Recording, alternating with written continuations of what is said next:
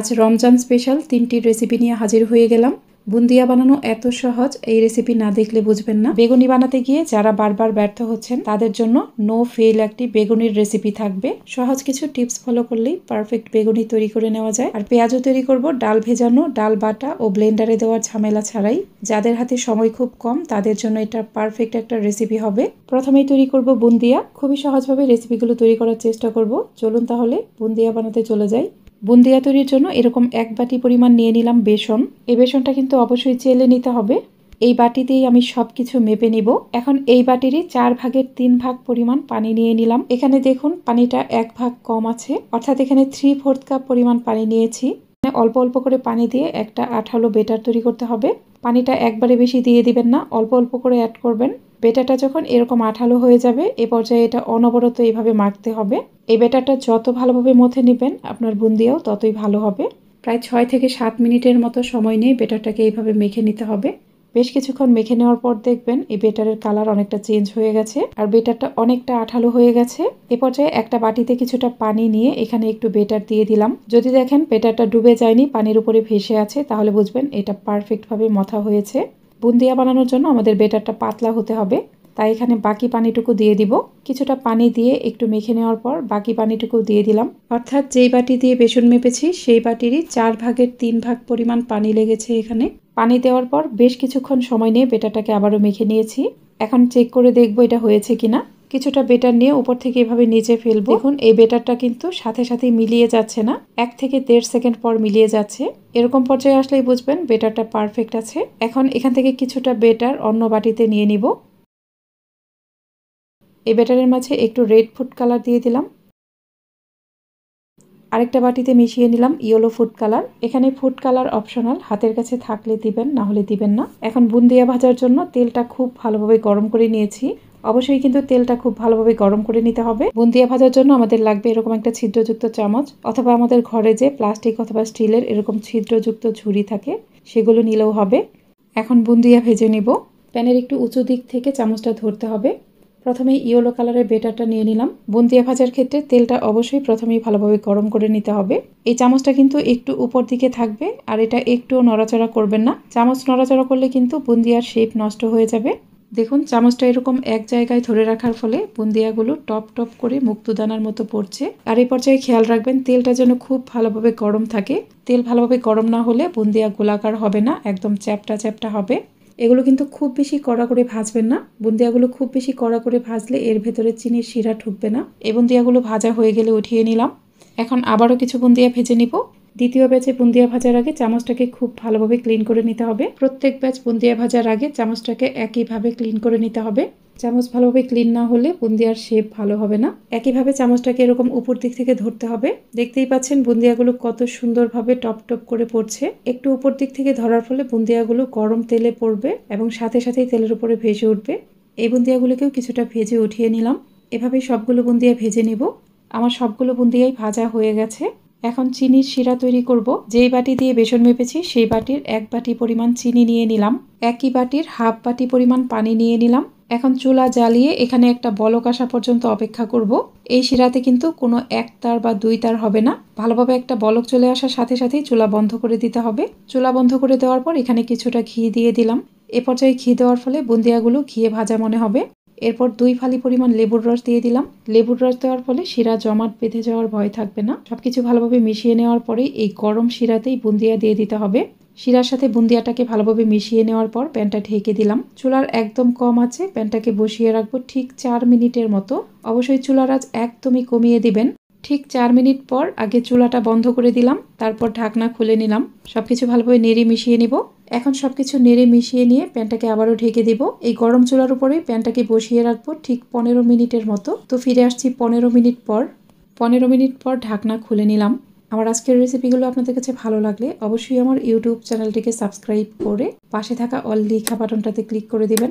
আর যারা ভিডিওগুলো ফেসবুক থেকে দেখছেন তারা অবশ্যই আমার ফেসবুক পেজটিকে লাইক ও ফলো দিয়ে রাখবেন। দেখতেই পেলেন বুন্দিয়াগুলোর রস খেয়ে একদম টইটুম্বর হয়ে গেছে। এখানে কিন্তু কোনো শিরা অবশিষ্ট নেই। সম্পূর্ণ শিরা বুন্দিয়ার ভিতরে ঢুকে একদম রসে টইটুম্বর হয়ে গেছে। রমজান মাসে এভাবে বুন্দিয়া বেশি করে বানিয়ে কয়েকদিনের জন্য সংরক্ষণ করে রাখতে পারেন। এখন তৈরি করব মুচমুচে বেগুনি। এখানেও কিছু টিপস থাকবে, অবশ্যই সবকিছু ফলো করবেন।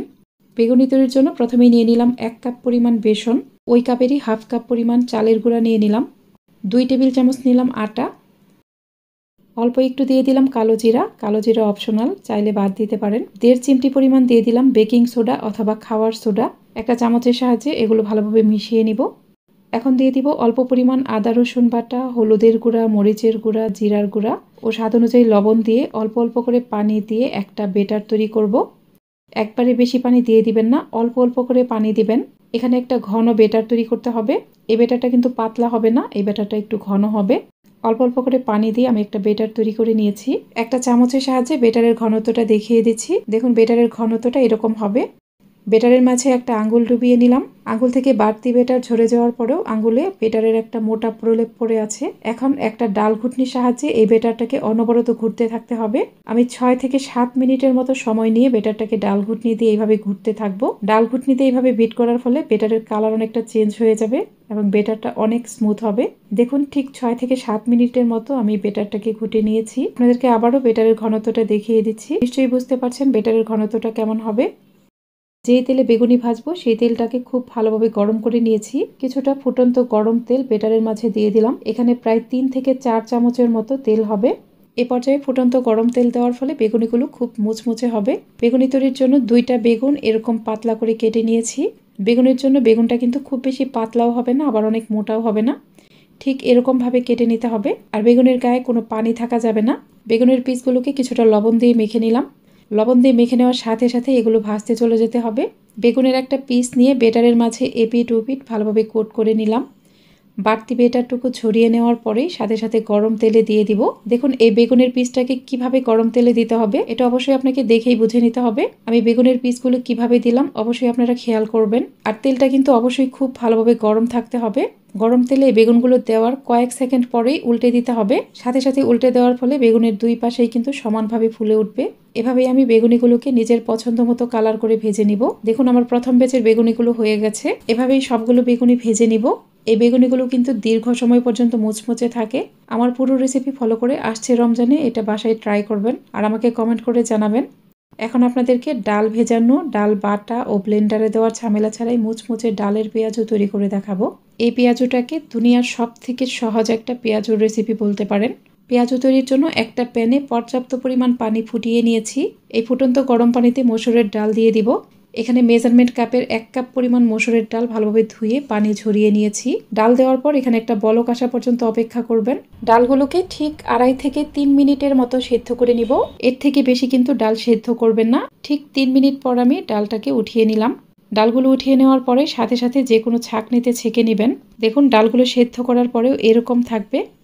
এখন এখানে 1 কাপ ডালের জন্য দিয়ে দিব 2 কাপ পরিমাণ পেঁয়াজ কুচি। এই পেঁয়াজুতে পেঁয়াজের পরিমাণটা একটু বেশি দিবেন। এরপর দিয়ে দিলাম কিছু কাঁচামরিচ কুচি, দিয়ে দিলাম কিছু ধনেপাতা কুচি, হাফ চা চামচের মতো আদা বাটা, 1.5 চা চামচের মতো রসুন বাটা, হাফ চা চামচ হলুদের গুঁড়া, 1.5 চা চামচ মরিচের গুঁড়া, 1 চা চামচ ধনিয়ার গুঁড়া। এরপর 8 থেকে 9 চা চামচের মতো আটা দিয়ে দিলাম। দিয়ে দিলাম 3 চা চামচ পরিমাণ বেসন, অল্প একটু কালো জিরা, অল্প একটু আস্ত জিরা, 1 চিমটি পরিমাণ বেকিং সোডা বা খাওয়ার সোডা দিয়ে স্বাদ অনুযায়ী লবণ দিয়ে দিলাম। এখন সব কিছুই খুব ভালোভাবে হাত দিয়ে মেখে নিব। এগুলো একদম চটকে চটকে হাত দিয়ে খুব ভালোভাবে মেখে নিতে হবে। চাইলে এখানে সামান্য একটু পানি অ্যাড করতে পারেন, তবে চেষ্টা করবেন এখানে যেন কোনো পানি না লাগে। মিশ্রণটা যদি এরকম আঠালো না হয় তাহলে অবশ্যই সামান্য একটু পানি দিতে হবে। আমি এখানে কোনো পানি দেইনি। এই মিশ্রণটা কিন্তু যথেষ্ট আঠালো হয়েছে। মেখে নেওয়ার সাথে সাথে পেঁয়াজও ভাজতে চলে যেতে হবে। একটা প্যানে পর্যাপ্ত পরিমাণ তেল গরম করে নিয়েছি। অবশ্যই তেল ভালোভাবে গরম হলে তারপর পেঁয়াজও দিতে হবে। এক পাশ কিছুটা হয়ে যাওয়ার পরেই উল্টে দিতে হবে। পেঁয়াজগুলোকে উল্টে পাল্টে লাল লাল করে ভেজে নিব। দেখলেন তো পেঁয়াজু বানানো কতটা সহজ। এই পেঁয়াজুগুলো খেতে কিন্তু অনেক বেশি মজার হয়। যাদের হাতে সময় খুব কম তাদের জন্য এটা পারফেক্ট একটা রেসিপি হবে। আমার আজকের এই রেসিপি 3টার মধ্যে কোন রেসিপিটা আপনার কাছে বেস্ট মনে হয়েছে আমাকে অবশ্যই কমেন্টে জানাবেন। 3টা রেসিপি কিন্তু আমি খুব সহজভাবে তৈরি করেছি। প্রত্যেকটা রেসিপি যদি টিপস সহ ফলো করেন ইনশাআল্লাহ পারফেক্ট হবেই। আজকের রেসিপিগুলো ভালো লাগলে অবশ্যই একটা লাইক দিয়ে দিবেন আর কমেন্ট করে জানাবেন ভিডিওগুলো আপনাদের কাছে কেমন লাগলো। আজ তাহলে এখানেই বিদায় নিচ্ছি। সবাই অনেক বেশি ভালো থাকবেন। আল্লাহ হাফেজ।